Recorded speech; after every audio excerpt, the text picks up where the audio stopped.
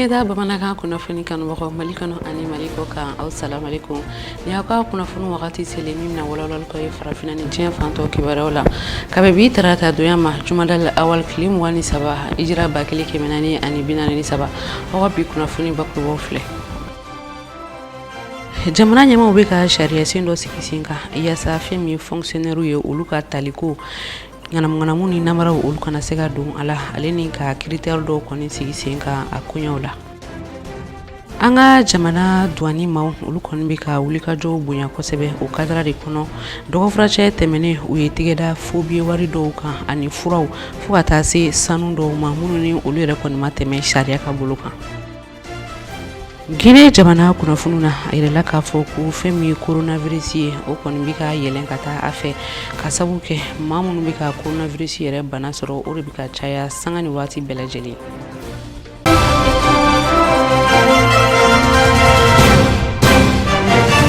Ayo bismillah kokura auka kuna funu keneka ministre nyama shogel ko kala maiga alika conseil de cabinet do sinfe mi sigira senka kunugo tene décembre kalo klem wani wulumvla wiye alayini femi sharia sindo wi uluka sigi senka yasa femi anga jamana ere a fonctionnaire uluka tachugo ubsega wala kura do sigi senka o kunyo wala chuga munna kerenkena shi hake mun be noni o kanga do fonction publique la fukata si ani anyona mama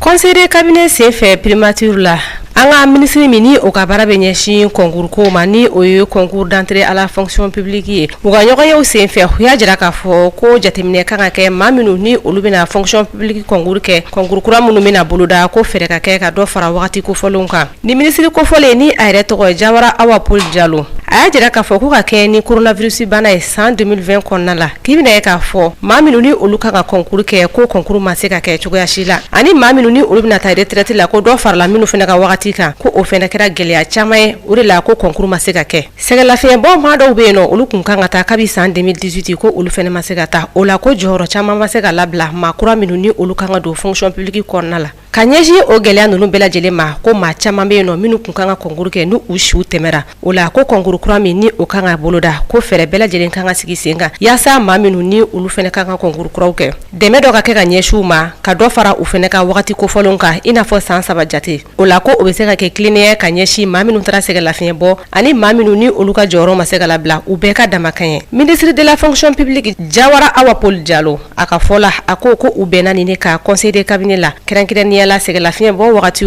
ni catégorie saba sans saba de be accordé ube kata catégorie C B B1 B de fukata se catégorie A ma ko benga kera nini uka do fara maminu ni olushi utemera konguruka wakati do ka du uma ufendeka sega konguruke wala sa uni mato bela jele ka bla hage ya kelin kono anga jamana nyama ale bulu fara mi sigi senka yasa femi wala nyumonye olukon biseka chaya chugumna o kadra de konnala kari temene no bena décembre kalo kle mwani woroma femi uka foraji uyemunu se abikononton worona ani abikononton wuluvlana uyo o baraw belajeri yere sigi senka ni chateau nunu kelengena be ani apano solaire de do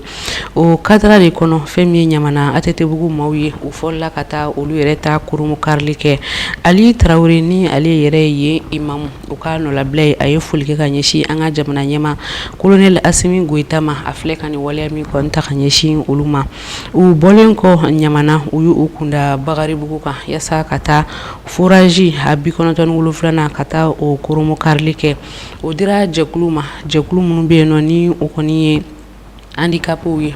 malu jurato oluka fédération o konona irela ni fourage ko fele ataradi o yoro ko fele manu ne ma femie ni fédération yere présidenti madame Jigine Hatuma Gaku ale folke kanyeshi chama chefa nyama colonel Assimi Goïta ma afleka ni wale nyama mi takanyeshi oluma lujurato ma siga soka ofeno ministre mika kuno nyeshino no beni kele asabatilima anga jamana kono colonel major Ismaël Wage ale tagamake kata yeno kirengana kata inyeda siga soere kanka abefo kami mako kancheba oro ko fali ko nala ay jamana nyama ka fulke kanyeshi anga jamana ere fintigila ka mayeno akla ka fulke kanyeshi urema ayayira ka kuma ko nala ka fo ko femi fintigila ka ye mun bi wele ko famaw ko uluka baraw yere kon be ka ke chugo ya nyuma wako alisi sisan u bɛna dɛmɛ dɔw ta ka ɲɛsin u ma yasa baara kɛ kun ɲuman u bɛ se ka sɔrɔ cogo min na an ka jɛga a ka kumakanw lamɛn. Ne bɛ Sikaso yan bi maa min nɔrɔbilaya la sa o de ye an ka minisiri min ka baara ɲɛsinnen don an ka kɛlɛkɛcɛw ani kɛlɛkɛcɛkɔrɔw ka koɲɛ ɲɛnɛbɔli ma. O kama a ka kan ne ka jamana ɲɛmaaw ka cikan lase Sikasokaw ma ani fana ka baro kɛ u fɛ walasa degun minnu b'u kan ka se k'u ye ani fana ka fɛɛrɛw sɔrɔ min bɛ kɛ sababu ye ka dɔ fara u ka baaraw ɲɛw kan ka tɛmɛ kɔrɔlen kan. K'a fɔ bɛɛ ye bi an bɛ don min na i n'a fɔ bi an ka jamana kɛlɛcɛw bɛ ka segin k'u kunkɔrɔta kura ye u bɛ ka taa tugu juguw la fan bɛɛ fɛ kuma gansan tɛ. An ka jamana kɛlɛcɛw ka sebaaya min bɛ ka kɛ bi tiɲɛ yɛrɛ de don wa an ka jamana marabaaw bɛ ka ko sugu bɛɛ lajɛlen kɛ walasa u bɛ se ka minɛnw sɔrɔ cogo min na u bɛ se ka faamuyaw sɔrɔ cogo min na u bɛ se ka baara ɲɛnamaw kɛ cogo min na baara minnu kalifalen b'u la. Ninnu ye baaraw de minnu farala ɲɔgɔn kan an ka minisiriso département wɛrɛw fɛ minnu ka baara ɲɛsinnen don an ka sɔrɔsilakaw ka koɲɛ ɲɛnabɔli ma. O jaabiw de bɛ ka ye bi n'aw ɲɛ b'a la yɛlɛmabolo bɛ ka don baaraw taabolo la kɛrɛnkɛrɛnnenya la ɲɔnɔ mara ani bayangara mara n bɛ dan o ma. O la dɔrɔn k'a fɔ aw ye dɔrɔn jamana sɔrɔsiw bɛ i n'a fɔ nɛgɛbɔlɔ min bɛ fili jugu ma. O la a ka kan maliyɛn kelen-kelenna bɛɛ k'i fara ɲɔgɔn kan i n'a fɔ cɛ kelen walasa k'an ka sɔrɔsiw jukɔrɔma don u ka baara la. I n'a fɔ n kun ye aw ladɔnniya bakurubaw la cogoya min na fɛn min ye an ka jamana douane maaw ye olu ka wulikajɔ kɔnɔna la u sera ka tigɛ da kasabi kofɔlen dɔ kan ni olu bɛɛ lajɛlen yɛrɛ kɔni kun ye fobi ye n'a bɛ taa jɔ fo CFA miliyɔn 30 bɔɲɔngo la ale ni ɲɛnaminimafɛn fura dɔw fo ka taa se sanu ma ni olu yɛrɛ fɛnɛ kun ye kulo camanw ye. Ni bɛɛ lajɛlen u kɛra u ka wulikajɔ o de sababuya la an ka jamana ni jamana wɛrɛw olu frontières ni ɲɔgɔn cɛ an ka jɛ ka walawalali ninnu lamɛn.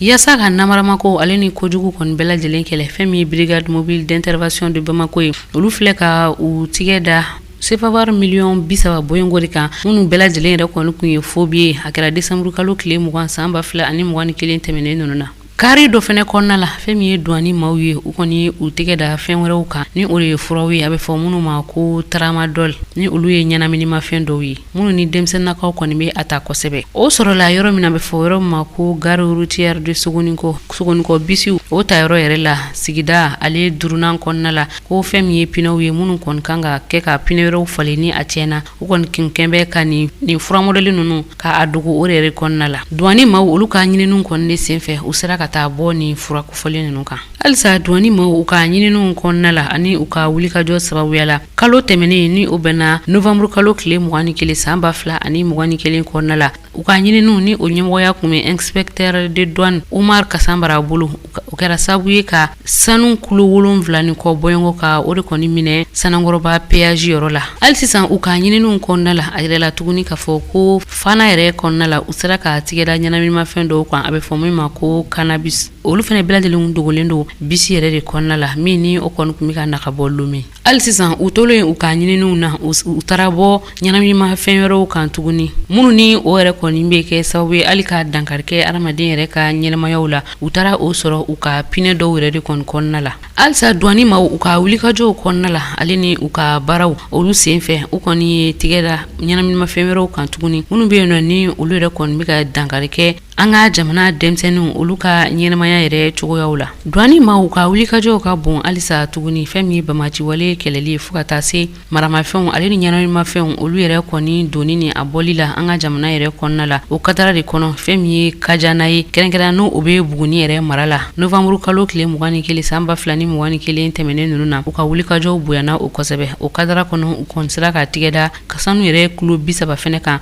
minnu nana ka bɔ Côte d'Ivoire jamana kɔnɔ ka sɔrɔ jamana ɲɛmaaw yɛrɛ olu kɔni si t'a kalama o kasabi yɛrɛ kɔni bɛ t'i jɔ fo CFA miliyɔn 400 ani kɔ bɔɲɔngo de la. Ka fara olu bɛɛ lajɛlen kan douane maaw Guinée frontière la u kɔni ye sɛ minnu bɛ yen n'a bɛ f'o ma ko poulet de chair olu kɔni tɔni caman olu kɔni minɛ Guinée yɛrɛ ale ni an ka jamana frontière la fo ka taa se fura dɔw ma fura minnu bɛ yen nɔ ni u kɔni bɛ olu bayɛlɛma Welesebugu yɛrɛ kɔnɔna la. U ka nin baara ɲuman ninnu sababuya la minisiri min bɛ yen ni ale ka koɲɛw ɲɛsinnen don an ka jamana kasabiko ni nafasɔrɔ siraw ma ale yɛrɛ kɔni ye foli kɛ ka ɲɛsin douane maaw ma u ka baara ɲuman la kɛrɛnkɛrɛnnenya ka foli kɛ ka ɲɛsin u ka directeur général yɛrɛ ma inspecteur général Amadou Konate. lajɛba min sigira sen kan an ka jamana kɔnɔ yaasa fɛn min ye Mali kura ye o bɛ se ka sɔrɔ cogo min na n'a bɛ f'o ma ko Assise nationale de la refondation o baara a dayɛlɛnniw kɛra kunungo an ka jamana kɔnɔ n'o bɛnna décembre kalo tile 27 ma yɔrɔ min n'a bɛ f'o ma Centre international de conférence du Bamako CICB a ɲɛmɔgɔya tun bɛ an ka camancɛ fanga ɲɛma colonel Asimi Goyita de bolo maa minnu sigira yaasa ka se ka nin lajɛba in ka a labɛnw bɛɛ lajɛlen sigi sen kan ni a bɛ f'o ma ko commission d'organisation olu maaw y'a yira u ka kuma kɔnɔna la k'a fɔ ko maaw kɔni bɔra kosɛbɛ yaasa ka na nin lajɛ kofɔlen in na kɛrɛnkɛrɛnna commune cercle région ale ni district yɛrɛ kɔnɔna la sigikafɔba min ni a kɔni kun kɔfɔla fɛn ye maliyɛmaw kɔni fɛ ka jira k'a fɔ kana sigi ka kuma ka jamana in yɛrɛ ka a lahalaw lajɛ ka se ka sira ɲuman sɔrɔ jamana kɔni ye cogoya min na ni maa caman kɔni kun fɛ ko in kun ye sogo kuma de ye a jirala k'a fɔ ko fɛn ye décembre kalo tile 27 san 2021 ni o kɛla maliden bɛɛ lajɛlen kɔnɔna na ɲɔgɔn sɔrɔ fɛn ye commune bɛɛ lajɛlen ta tɛmɛlen kɔfɛ fo ka taa se région ani fɛn ye cercle ta kɔni ma o de hukumu kɔnɔ a jirala k'a fɔ do kɛrɛnkɛrɛnlen ni o ye décembre kalo tile 27 ye ko nin na to fɛn ye Mali yɛrɛ kɔni tariku kɔnɔ ni fɛn ye kumase min ni a bɛ fɔ don min maliden bɛɛ lajɛlen kɔni farala ɲɔgɔn kan yaasa ka se ka taabolo kura ka se ka o nati faso Mali kɔnɔ cogoya min de la o de hukumu kɔnɔ kabini décembre kalo tile 11 fɛn ye maliden jamana kɔnɔ fo ka taa se jamana kɔ kan bɛɛ lajɛlen de kɔni wulilen don yaasa fɛn ye o laɲini minnu fɔla o laɲiniw na se ka sabati cogoya min de la. À l'intérieur du pays, les forces politiques et sociales, j'allais dire les masses populaires, ont activement et qualitativement participé aux travaux des Assises nationales de la refondation. An ka jamana kɔnɔna na kɛrɛnkɛrɛnnenya la togoda kɔnɔnaw la malidenw farala ɲɔgɔn kan ka kuma ɲuman dama dama kɛ ɲɔgɔn kan assise in kɔnɔna na wa bɛɛ ŋaniya ɲuman yira ka ɲɛsin Mali jɔliko ma o b'a yira k'a fɔ ko k'i sen don Mali baara la walima ka ɲininkali kɛ Mali taabolo kan o nege tun bɛ maliyɛnw na kosɛbɛ togodaw la a bɛ mun fana yira na tuguni o de ye k'a fɔ maliyɛn bɛɛ ŋaniya ye kelen ye walasa ka fɛɛrɛ ɲumanw sɔrɔ fɛɛrɛ kuraw la minnu bɛ se k'a to an bɛ dingɛ min kɔnɔ an ka se ka bɔ o dingɛ kɔnɔ cogo min na wa bɛɛ bɛnnen don a kan ko bɛɛ ŋaniya ye kelen ye walasa Malikɔrɔko bɛ se ka sigi sen kan ɲumanna an bɛɛ ye cogo min na ka assisiw daminɛ an ka togodaw la kominiw na o y'a yira n na k'a fɔ maliyɛn minnu sigilen don togodaw la olu jɔyɔrɔ ka bon kosɛbɛ Malikura jɔliko la. Fondateur des communautés dans la construction du Mali nouveau. sigikafɔ in laban min filɛ nin ye ka kɛ Bamako kɔnɔna na a jirala k'a fɔ ninnu na kɛ sababu ye yaasa ka se ka malidenw k'u nisɔn ɲɔgɔn ye ka bɛn ni keleya nati ani fo ka taa se jamana maracogo juguya min bɛ yen ka se ka o bɛɛ lajɛlen kɔni kɛlɛ cogoya min de la. Avec la phase nationale qui commence aujourd'hui. Assise baara laban min daminɛnen filɛ bi o kɛra sababu ye ka nɔgɔ bɔ degun caman na minnu walankatara anw yɛrɛ ɲɛkɔrɔ bɛɛ y'i ka tɔmɔta ta min na ka se ka fɛɛrɛ kuraw sɔrɔ min bɛ kɛ sababu ye an bɛ degun min kɔnɔ ka an b'o la wa kana ni bɛn ni kelenya ani lakana sabatili ye anw yɛrɛ ka jamana kɔnɔ. Sur le long terme. ni lasigi ninnu bɛɛ lajɛlen kɔni kɔfɛ a jirala k'a fɔ jɛkulu kɛrɛnkɛrɛnlen o bɛna sigi sen kan o jɛkulu ka baara bɛna kɛ jumɛn de ye fɛn ye hakilila minnu kɔni t'a la olu hakililaw na se ka taa ka baara kɛ ni o ye cogoya min de la fɛn ye san 25 bɔɲɔgɔnko kɔnɔna na yaasa faso bɛ gɛlɛya min kɔnɔ a na se ka bɔ a kɔnɔ pewu. À la suite des présentes assises, il sera mis en place un comité. Kumaɲɔgɔnyaba in laban na an bɛna jɛkulu dɔ sigi sen kan n'o jɛkulu ka baara bɛna ɲɛsin walasa ka fɛɛrɛ kuraw la tɔmɔ ani ka hakilinan kuraw sigi sen kan walasa min ye Malikura ye o jɔli bɛ se ka daminɛ ani Mali yɛrɛ ɲɛdala kɔrɔkɔyali bɛ se ka sabati cogo min na san 25 nataw kɔnɔna na. Sur les 25 prochaines années. Banyɛrɛla fo ka taa se jamana marako jugu jamana nafolo dunni fɛn ye ko ninnu bɛɛ lajɛlen de kɔni kɛla sababu ye jamana bɛ gɛlɛyaba min kɔnɔna na bi lakanabaliya jamanadenw b'ale ɲɔgɔn na ka taa kɛ fɛn ye kabila kɛlɛ ko nin de kɛla sababu ye fɛn ye ka nin bɛɛ lajɛlen kɔni nati jamana kɔni kɔnɔna na o lasigi min bi kɛ sababu ye ka se ka o kɔni ba n'u ye annuaire kɔni ye a ka bila sen kan ko nafaba a bi a la. Les assises nationales de la refondation est un impératif pour le Mali. Sigikafɔba in kun kan ka kɛ wa a nafa tɛ se ka fɔ ka se a dan na sabula sigikafɔ in senfɛ hakilina minnu sera an ma a y'a yira an na k'a fɔ maliyɛn bɛ fan o fan a hakili bɛ jamana jɔko ɲuman na o kama sigikafɔ in tun bɔlen a ma o kun bɛ kɛ sababu ye ka jamana talon ka bin dingɛ wɛrɛ kɔnɔ maaw kun tɛna miiri ni min ye nka a ka kan an ka fɛɛrɛ kuraw ɲini an ka degun na an bɛ degun min kɔnɔna na sisan sabula n'aw hakili b'a la jamana marako juguya an danbe bilali fɛn caman na fasoden juguya ɲɔ ɲɛli o kɛra sababu ye min ye jamana coron ka jamana sigi a sen tabara kɔnɔ ka fara o kan kojugu mun ye jamana sɔrɔ Mali yɛrɛ kɔnɔna na ani Mali yɛrɛ kɔkanna na o kɛra sababu ye min ye basigi baliya ni lakana baliya bange an yɛrɛ ka jamana kɔnɔ ka fara o bɛɛ kan an ka denbayaw kɔnɔnaw la gɛlɛyaw bɛ yen an ka kalanko la gɛlɛya bɛ yen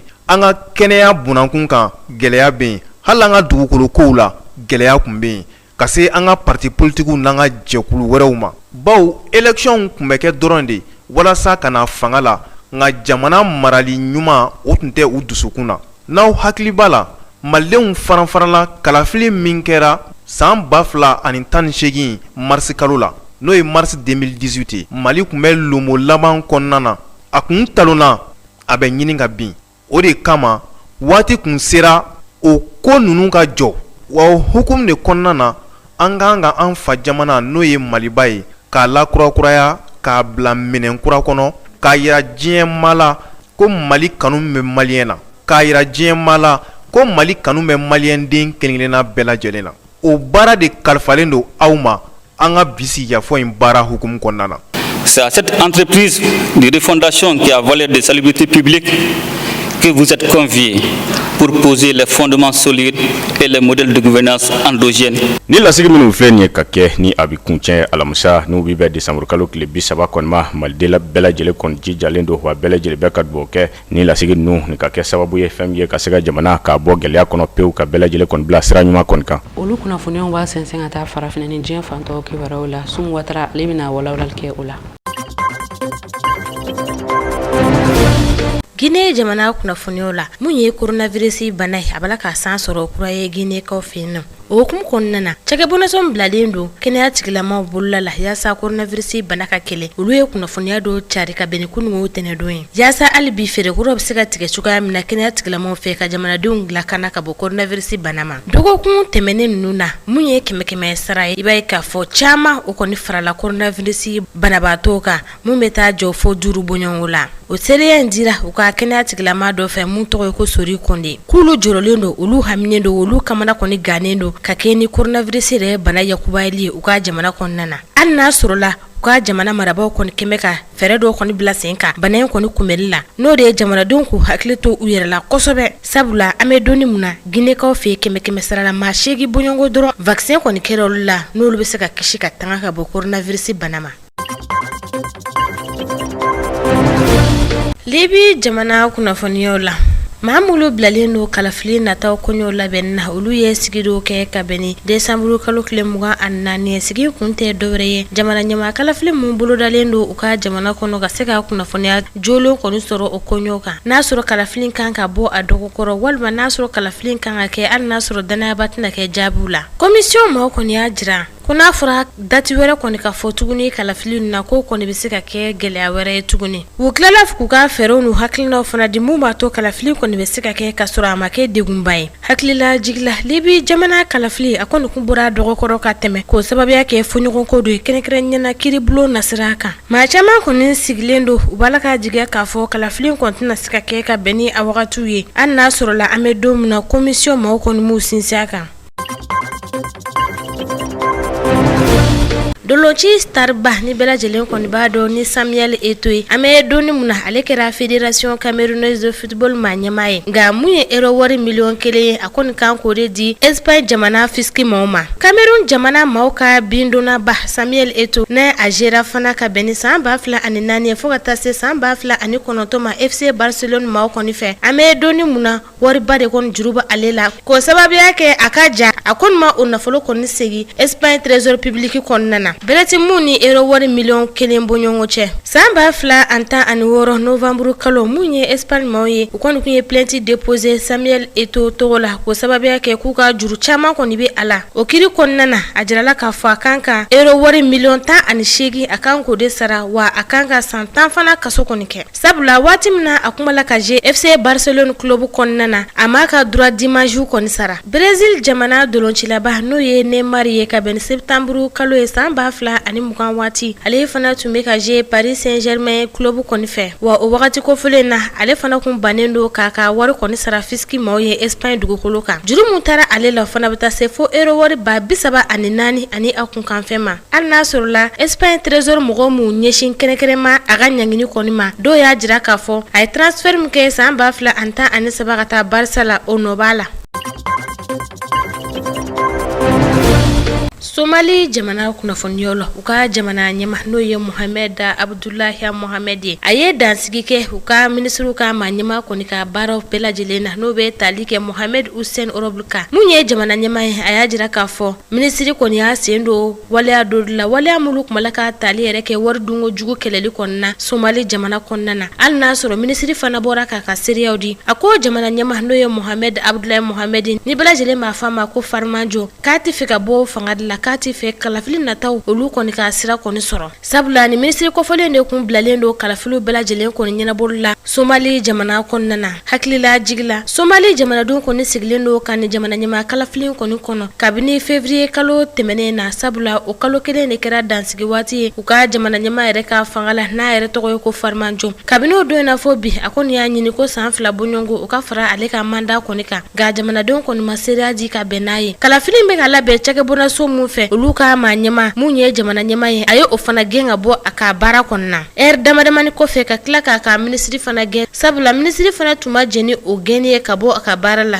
hakilila jigila kabini san 2017 waati mun ye Farmajo a bɛ Somali fanga kɔnɔna février kalo tɛmɛnen kabini a tile 8 ye o kɛra dansigi ye a ka fanga la nka hali bi a ma se ka kalafiliw kɔni labɛn. O de kɛra garizigɛ bi kunnafoniw kɛnɛ kan an b'o fo ka waleɲuman dɔn Mali kɔnɔ ani Mali kɔ kan teliya taa sugantili la ka kɛ aw ka kunnafoniw ta yɔrɔ ye ni Ala ma basi kɛ sini an bɛna ɲɔgɔn sɔrɔ ni wagati kelen ni kɛnɛ kelen kan walasa ka se ka kunnafoniya wɛrɛw di aw ma inshallah.